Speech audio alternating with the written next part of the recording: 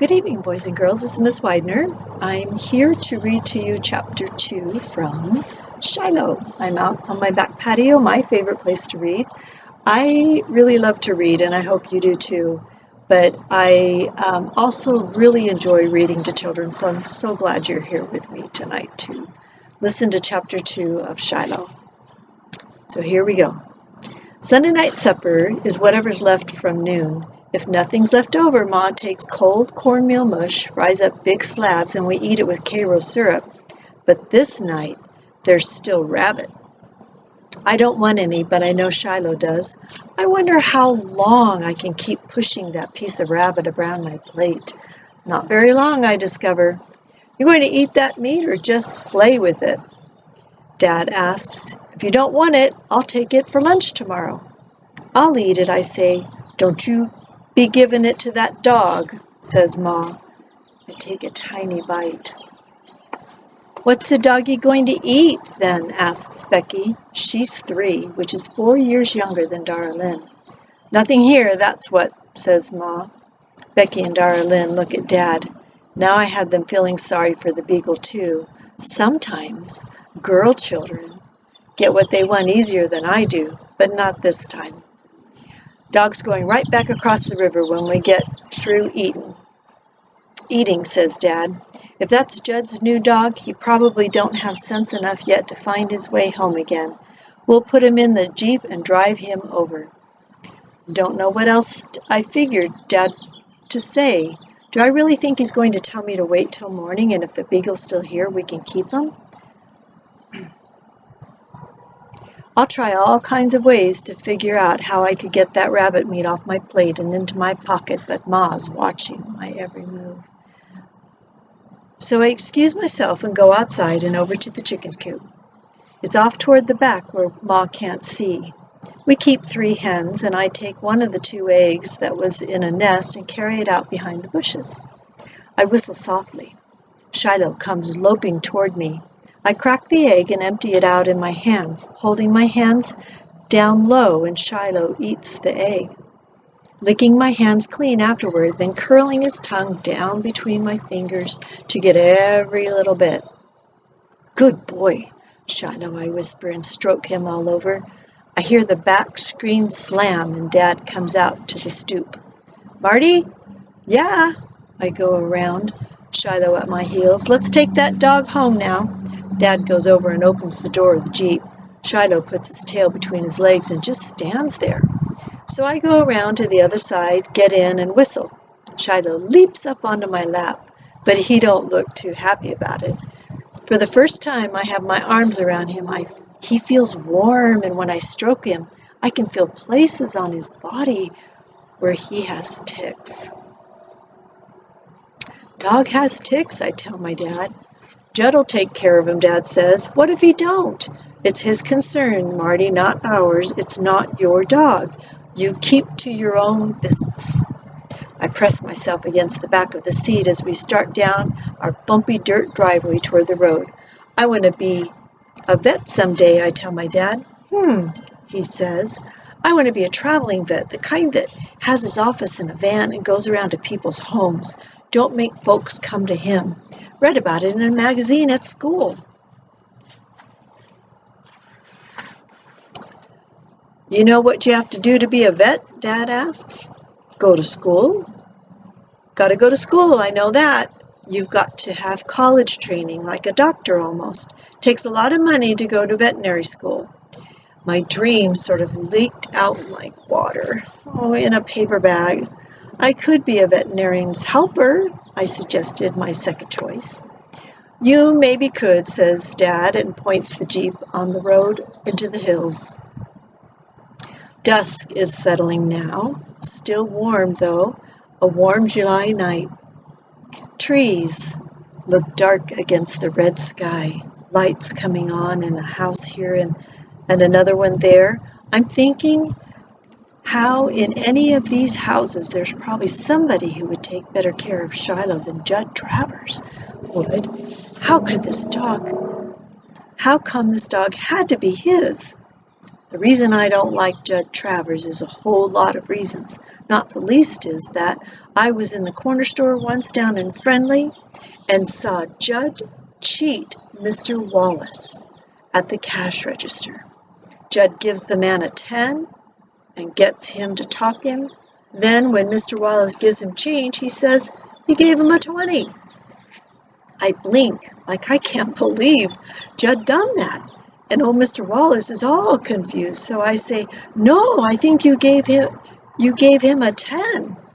Judd glares at me, whips out his wallet, and waves a $20 bill in front of my eye. "Whose picture's on this bill, boy?" he says. "Well, I don't know." He gives me a look, says, "I thought so. That's Andrew Jackson," he says. "I had 2 of them in my wallet when I walked in here, and now I only got 1. This here man's got the other, and I want my change."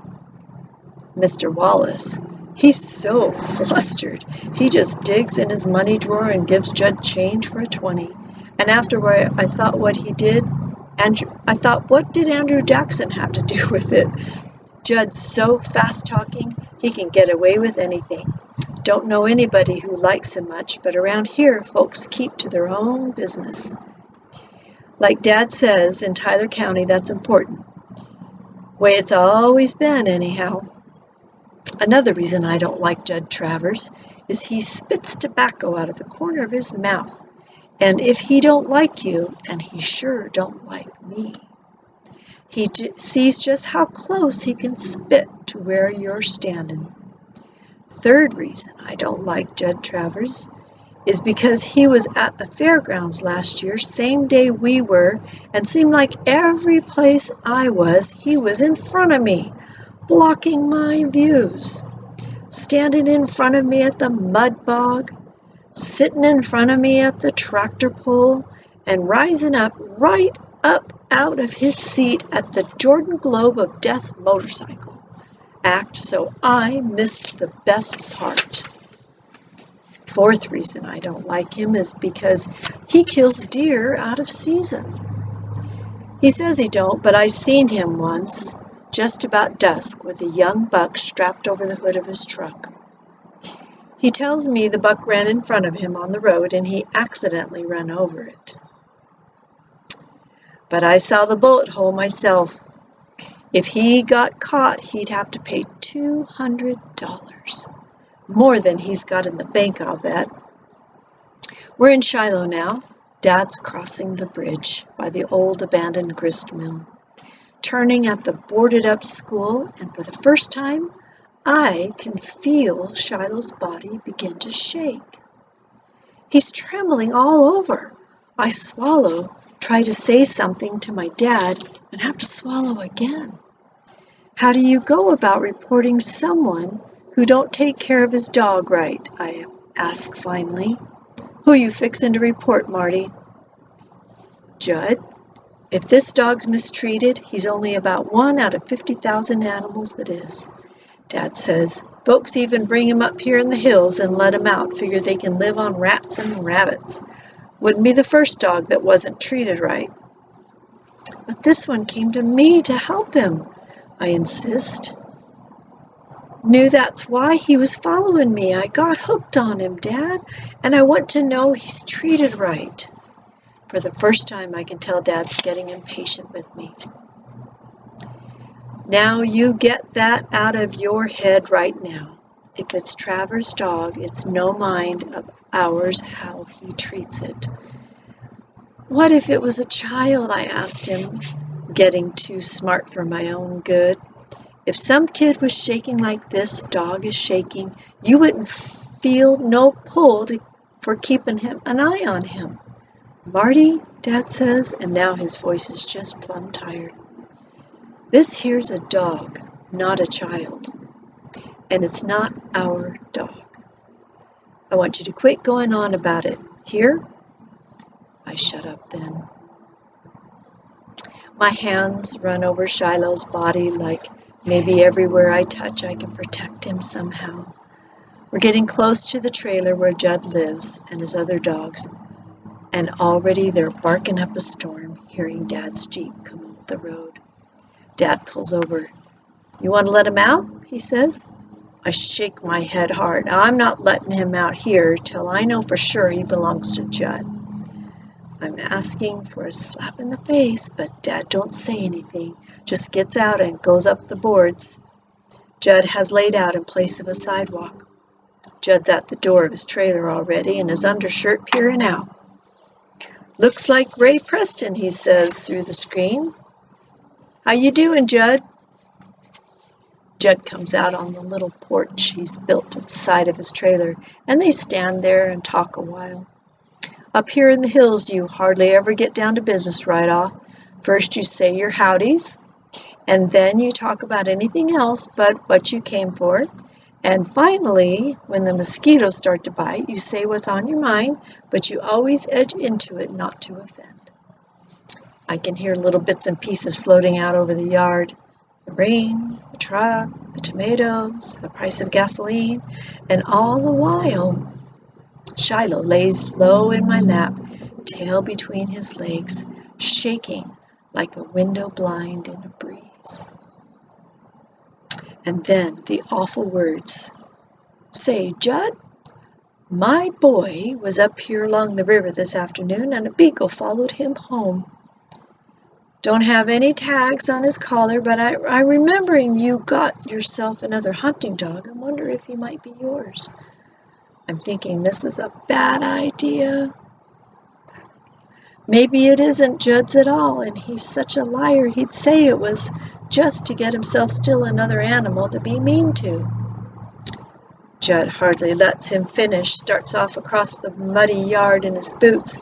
"Sure is mine, bet it is," he says. "Can't keep that coon dog home to save my soul. Every time I take him hunting, he runs off before I'm through. I've been out all day with the dogs, and they all came back but him."